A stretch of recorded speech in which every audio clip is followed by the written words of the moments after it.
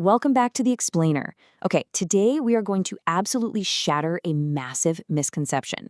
Right now, almost everyone out there is talking about artificial intelligence strictly in terms of productivity, right? Adding a copilot over here, automating a tiny little task over there. But honestly, that framing completely misses the mark.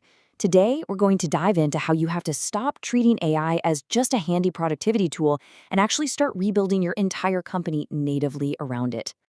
I want to kick things off by framing our entire discussion around a really powerful insight straight from Y Combinator. Quote, AI should not be a tool your company just uses. It should be the operating system your company runs on. If you take away just one single thing from this explainer, please let it be that. We absolutely have to shift our mindset away from this passive, incremental adoption and move toward radical, foundational, structural change.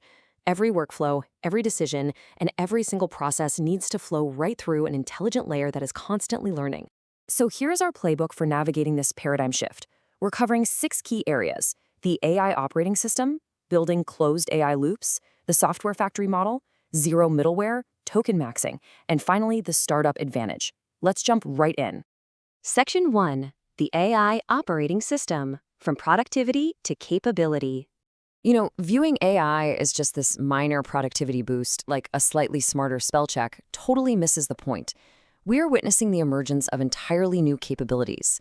It's not just about doing the same old things a little faster, it's about doing things that were literally impossible before. The right person equipped with these tools can now build out massive features that used to require intense coordination from a whole team.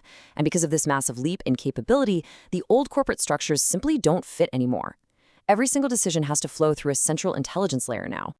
Which brings us to Section 2, building closed AI loops, eliminating open system loss.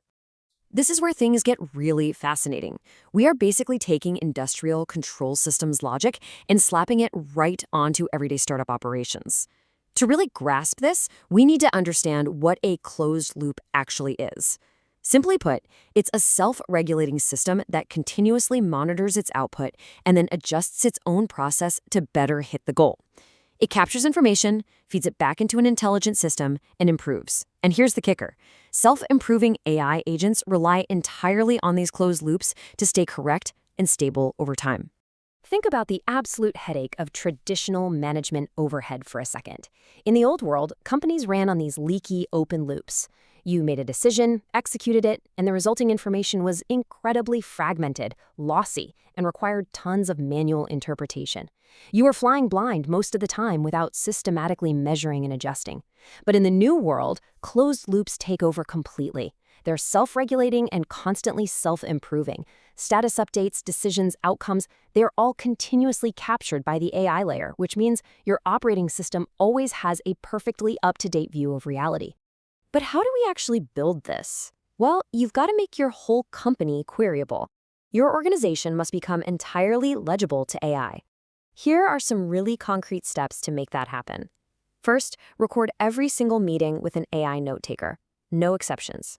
Second, seriously minimize your one-off direct messages and traditional emails. Third, embed AI agents directly into all of your team's communication channels. And lastly, build custom dashboards that track literally everything. Revenue, sales, engineering, ops, every daily action has to produce a digital artifact that the intelligence at the center of your company can actually read and learn from. To picture this in action, let's look at engineering management. Imagine an agent that reads your linear tickets, lurks in all your Slack channels, absorbs customer feedback from Pylon or GitHub, parses your plans in Notion, and even listens to sales call recordings. Because the agent has all of this context, it can see exactly what shipped, what succeeded, and what crashed. It can propose sprint plans that are incredibly, almost eerily predictable. Y Combinator is actually seeing teams use this exact method to slash their sprint times in half, all while pumping out close to 10x more work. It just completely obliterates those lossy manual status rollups that managers used to spend hours on. All right, let's move to Section 3, the software factory model, redefining development. So what happens when your engineering teams have this ridiculous level of velocity and context? You set up an agent-based workflow. It's basically a 3-step dance. Step 1, humans write a super clear spec and a set of tests that define what success looks like. Step 2, AI agents step in to generate the actual implementation and code. Step 3, those agents iterate completely autonomously until the tests pass green. This is literally the next evolution of test-driven development. Humans define the what, but the manual coding, that is entirely replaced by the agent. To see what this actually looks like in the wild, check out StrongDM's AI team. They built this software factory where their repositories contain literally zero handwritten code. None. It is strictly specs and test harnesses. They use scenario-based validations to drive their agents to write the tests and iterate on the code until it hits a probabilistic satisfaction threshold. It essentially wipes out the need for a human to ever sit there writing or reviewing standard boilerplate code again. And that, right there, is how we enter the era of the 1000x, or maybe even 10,000x builder.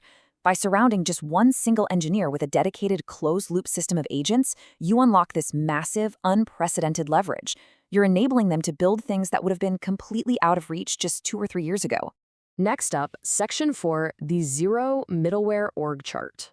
Think about human capital for a second. If you have queryable data, closed loops, and these software factories churning out code, what happens to your org chart? In the old days, you desperately needed middle managers just to play telephone, routing information inefficiently up and down the ladder. But your company's velocity is only as fast as its information flow. If your company is artifact-rich and totally legible to AI, the intelligence layer serves that routing purpose natively. Human middleware becomes totally obsolete. Every single layer of human routing you can rip out is a direct, measurable gain in pure speed. Jack Dorsey actually restructured Block using this exact philosophy. He realized that keeping the same old legacy org chart means you've completely missed the shift. He suggests 3 archetypes going forward. First up, the individual contributor. Everyone builds. They bring working prototypes to the meeting, not 40-page pitch decks. Second, the directly responsible individual. These folks are focused purely on strategy and outcomes. One person, one specific outcome, and absolutely nowhere to hide. And third, the AI founder. Leaders cannot just delegate their AI strategy to someone else. They have to maintain conviction, sit down with the coding agents themselves, and show the team what these massive capability gains actually look like in practice. Let's talk money in Section 5. Maximize tokens, not headcount. Scaling this totally new type of organization requires flipping your financial philosophy upside down. Legacy companies love their inflated headcounts, huge engineering pods, sprawling design teams, massive HR and admin departments. AI-native companies do the exact opposite. They engage in something called token maxing. The very best companies right now will gladly run an uncomfortably high API bill. Why? Because a shockingly high API bill is actually a massive victory when it replaces what would have been an incredibly expensive, slow, and bloated human headcount.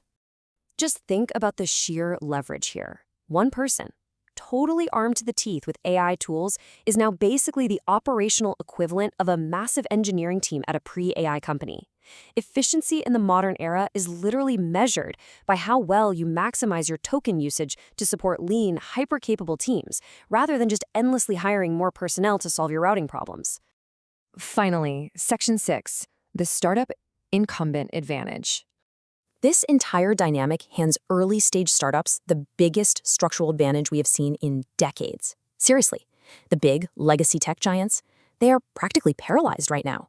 They have to keep a massive live product running while simultaneously trying to unwind years of standard operating procedures, monolithic legacy code bases, and deeply ingrained assumptions about how software is even built. Plus, they'd have to retrain thousands of employees. Startups just do not have that constraint. You are small enough right now to design your workflows, your systems, and your culture around AI from day one. Just look at the hoops these giants have to jump through to adapt. They're often forced to isolate their AI efforts into tiny, completely separate skunkworks teams, like Mutiny, for example, just so they can build AI-native systems from scratch without accidentally taking down their core business. Startups, on the other hand, can integrate it everywhere immediately.